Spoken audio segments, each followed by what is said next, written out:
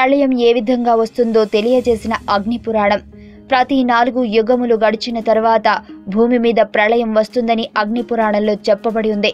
ప్రళయం ప్రారంభం కాగానే ఒక 100 సంవత్సరాల పాటు భూమి మీద ఒక్క చుక్క కూడా వర్షం కురవదు.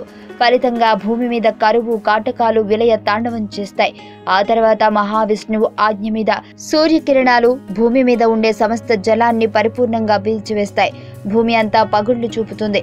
ఆ తర్వాత ఆకాశంలో 7 విచిత్రమైన రంగులు కనిపిస్తాయి. ఆ రంగులు అగ్ని జ్వాలలుగా మారి 3 లోకాల్ని అనగా భూమిపైన ఉండే స్వర్గలోకాన్ని, భూమిని మరియు పాతాళాన్ని దహించి వేస్తాయి. ఫలితంగా భూమి తాబేలుపైన ఉండే డిప్ప ఆకారంలో చదరంగంగా మారిపోతుంది. ప్రళయం సమయంలో ఆదిశేషుడు విడిచే శ్వాసకు కూడా అగ్నిగా మారి 3 లోకాల్ని దహించి వేస్తుంది. 3 లోకాలు దహించబడిన తరువాత ఆకాశమంతటా నల్లటి రంగులో ఉండే కారుమబ్బులు ఏర్పడతాయి.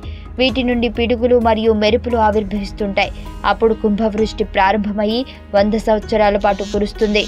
అప్పటి వరకు 3 లోకాల్ని దహిస్తున్న అగ్నులు ఆ కుంభవృష్టి కారణంగా చల్లారిపోతాయి. 100 సంవత్సరాల కుంభవృష్టి తర్వాత మహావిష్ణువు విడిచే శ్వాస కారణంగా ప్రచండ వేగంతో వాయువులు ఏర్పడి ఆపై ఆ వాయువులు ఆకాశాన్ని కమ్ముకుని ఉన్న కారు మేఘాలను దూరంగా తరిమివేస్తాయి.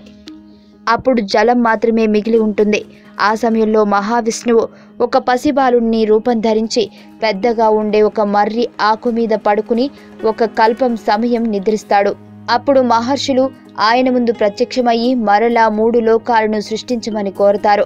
అప్పుడు నిద్రలో ఉన్న మహావిష్ణువు నిద్రలేచి మరలా సృష్టి కార్యక్రమాన్ని ప్రారంభిస్తాడు. మీకు తెలియని మరిన్ని రహస్యాలను తెలుసుకోవాలనుకుంటున్నారా?